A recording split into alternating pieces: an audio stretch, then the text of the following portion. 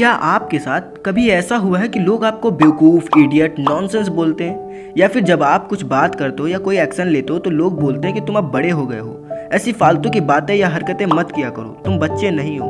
Most of the time ये सब चीज़ें हमारे पेरेंट्स, रिलेटिव्स या फिर हमारे बहुत सारे क्लोज फ्रेंड्स बोलते हैं, जिसकी वजह से हम सैड हो जाते हैं और हमारा कॉन्फिडेंस घट जाता है। हम उनके बताए हुए रास्ते पे चलने लगते हैं। एक तरह से हम अपने डिसीजन लेने की एबिलिटी को भी खो देते हैं। गाइस, मैच्योरिटी का मतलब ये है कि हम कॉन्शियस एक्शन एंड डिसीजंस ले सकें जो कि एसेंशियल हो, ज़रूरी हो और हमारी वैल्यूज़ के अकॉर्डिंग मैच करता हो। आसान भाषा में कहें तो मैच्योरिटी एक ऐसी एबिलिटी है जो कि हमें किसी सिचुएशन में रिस्पॉन्ड करने की एक राइट मैनर को दिखाती है, बताती है और अवेयर कराती है और हमारी थिंकिंग को ब्रॉड बनाती है। सबसे पहले हम मंकी माइंड को समझते हैं। हमने छोटे बच्चे देखे होंगे और अगर आपने उनकी हरकतों पर ध्यान दिया हो तो एक चीज़ नोटिस की होगी कि वो हर वक्त कुछ ना कुछ तोड़ फोड़ करते रहते हैं।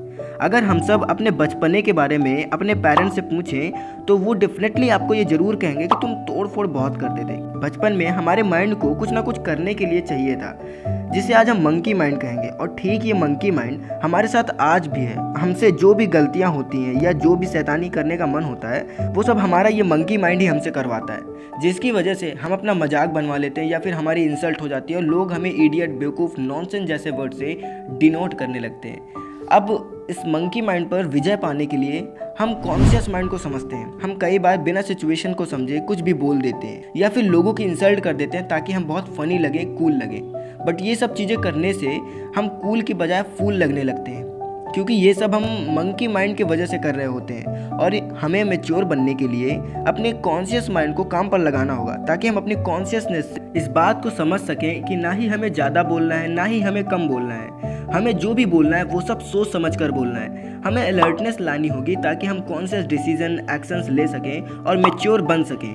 और लास्ट में हम एक बात को और समझ लेते हैं जो कि है बी मैच्योर। अगर आप प्रोफेशनल की तरह फील करना चाहते हैं या बनना चाहते हैं तो वो सारी आदतें तुम्हें छोड़नी होगी जो तुम्हें एक ऑर्डिनरी या कॉमन मैन बनाए रखती हैं, जैसे कि सोशल मीडिया में टाइम स्पेंड करना, मूवीज़ या सॉन्ग को सुनते रहना, कुछ भी नया ना सीखना, अपनी गलतियों से बिल्कुल भी ना। अपने आप को, अपने माइंड को हमें प्रोफेशनल हैबिट्स में लगाना चाहिए, जैसे कि एक्सरसाइज करना, बुक रीडिंग करना। अपने टाइम को अच्छी जगहों में इन्वेस्ट करना ही हमें मैच्योर बनाता है। आपको मूवीज़, सोशल मीडिया और सॉन्ग से बहुत दूर रहना चाहिए। ये आपके लिए ही नहीं बल्कि हम सब के लिए बहुत डेंजरस होता है।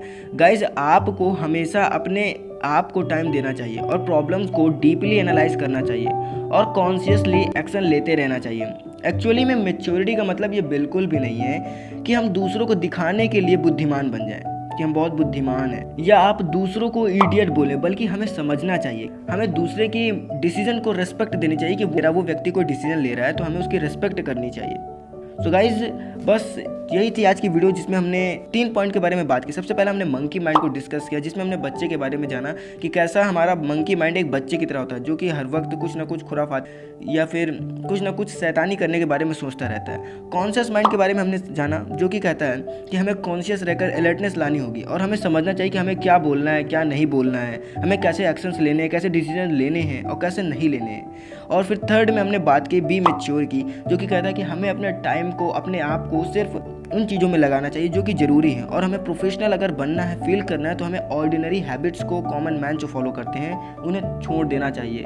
तभी हम लाइफ में मैच्योर बन सकते हैं और कॉन्शियसली एक बिग डिसीजन ले सकते हैं। ओके गाइज, आप खुश रहो, लाइफ में आगे बढ़ते रहो और हमेशा अपने आप से प्यार करते रहो, अपने आप के साथ समय बिताते रहो। Thank you so much, love you all.